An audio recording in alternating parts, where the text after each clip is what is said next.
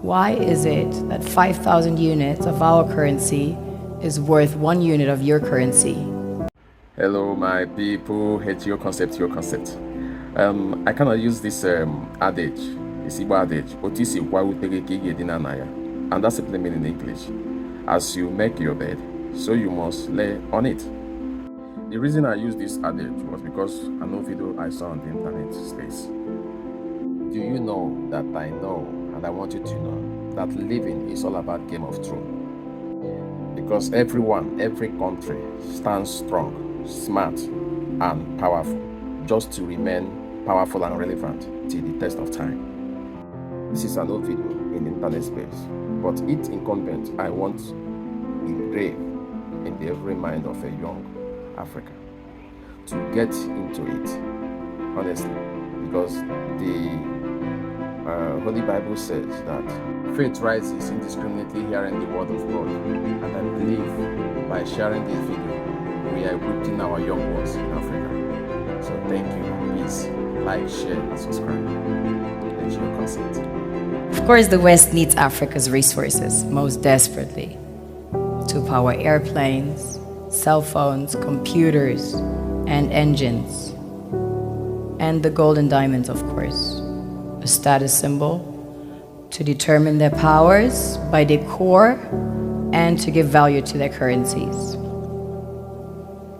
One thing that keeps me puzzled, despite having studied finance and economics at the world's best universities, the following question remains unanswered. Why is it that 5,000 units of our currency is worth 1 unit of your currency, where we are the ones with the actual gold reserves? It's quite evident that the aid is in fact not coming from the West to Africa, but from Africa to the Western world. The Western world depends on Africa in every possible way, since alternative resources are scarce out here. So how does the West ensure that the free aid keeps coming? By systematically destabilizing the wealthiest African nations and their systems, and all that backed by huge PR campaigns, leaving the entire world under the impression that Africa is poor and dying and merely surviving on the mercy of the West. Well done, Oxfam, UNICEF, Red Cross, Life Aid, and all the other organizations that continuously run multi-million-dollar advertisement campaigns depicting charity porn to sustain that image of Africa globally. Ad campaigns paid for by innocent people under the impression to help with their donations. While one hand gives under the flashing lights of cameras, the other takes in the shadows. We all know the dollar is worthless, while the euro is merely charged with German intellect and technology, and maybe some Italian pasta. How can one expect donations from nations that have so little? It's super sweet of you to come with your colored paper in exchange for our gold and diamonds. But instead, you should come empty-handed, filled with integrity and honor. We want to share with you our wealth and invite you to share with us. The perception is that a healthy and striving Africa would not disperse its resources as freely and cheaply, which is logical. Of course, it would instead sell its resources at world market prices, which in turn would destabilize and weaken Western economies, established on the post-colonial free meal system. Last year, the IMF reports that 6 out of 10 of the world's fastest growing economies are in Africa, measured by their GDP growth. The French Treasury, for example, is receiving about $500 billion year in, year out. Foreign exchange reserves from African countries based on colonial debt they forced them to pay.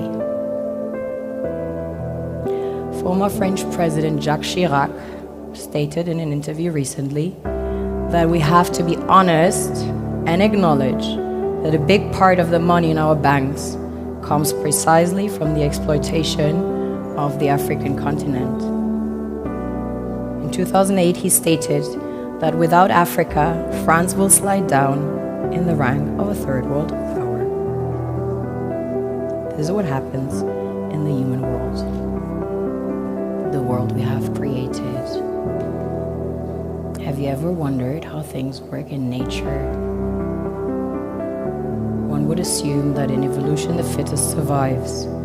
However, in nature, any species that is overhunting, overexploiting the resources they depend on as nourishment, natural selection would sooner or later take the predator out because it offsets the balance.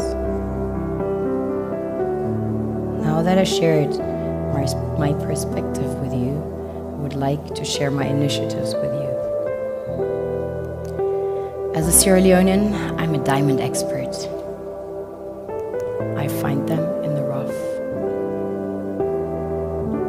What nature created from the darkest substance under the influence of heat and pressure transforms into the strongest, most brilliant rocks.